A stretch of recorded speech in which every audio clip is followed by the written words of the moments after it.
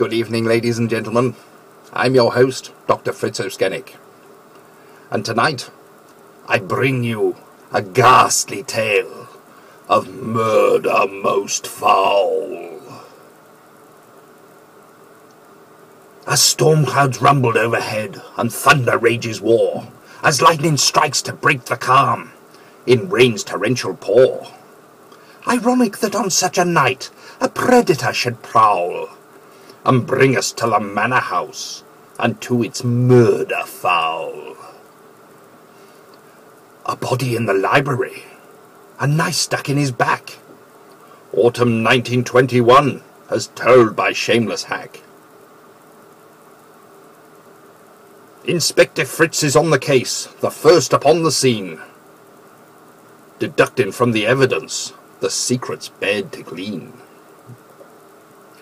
Evening all, I guess you know why you are gathered here. For one of you has killed this night, but each has motive clear. Let's look at all the facts so far, and narrow down our view, to catch the scoundrel in our midst that caused us much ado. The victim had his many faults, his marriage but a fake, to hide affairs with other men, a puff and no mistake. That brings us to his widow fair, a motive far from proud, who even now recoils in shame to hear these words aloud. For if she left, he'd leave her broke, no wealth or love to find, but staying in a loveless sham has caused her such a bind. Alas, she has an alibi that somewhat rules her out, for cook has vouched her whereabouts and left us little doubt. Which brings us to his father's pride, so dented by his shame, his son a whoopsie Nancy boy, whose mother is to blame.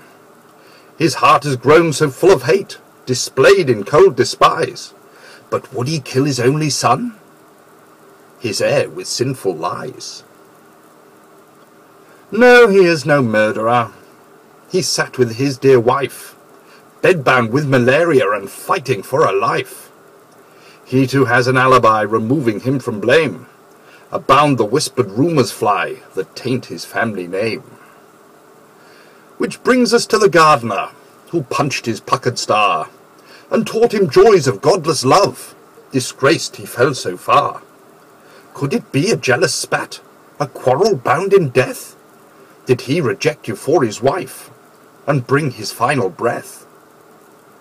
I know you have an alibi, but we knew all along, in Britain 1921, your deeds are very wrong.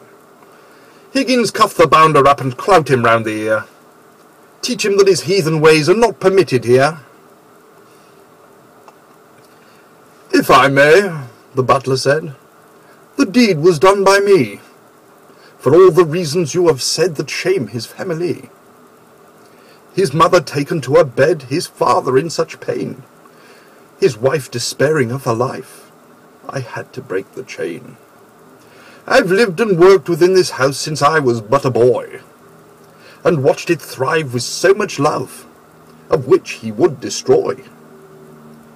They've always been so good to me, and so it broke my heart to see the life he chose to lead was tearing them apart. But also for another deed, a debt from long time hence. You see, a wager had been sealed. He owed me 50 pence. Deceit is not the British way, and wagers must be paid, and secrets kept for honour's sake, not openly displayed. And so I took it on myself, restore the family name.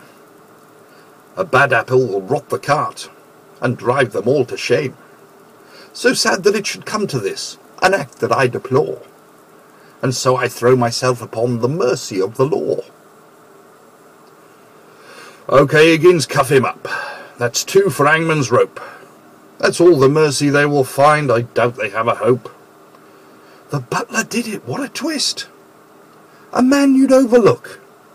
I've never seen the like before, someone should write a book. And so concludes the murder case upon that ghastly night. that brought us to the manor house to freeze our blood with fright.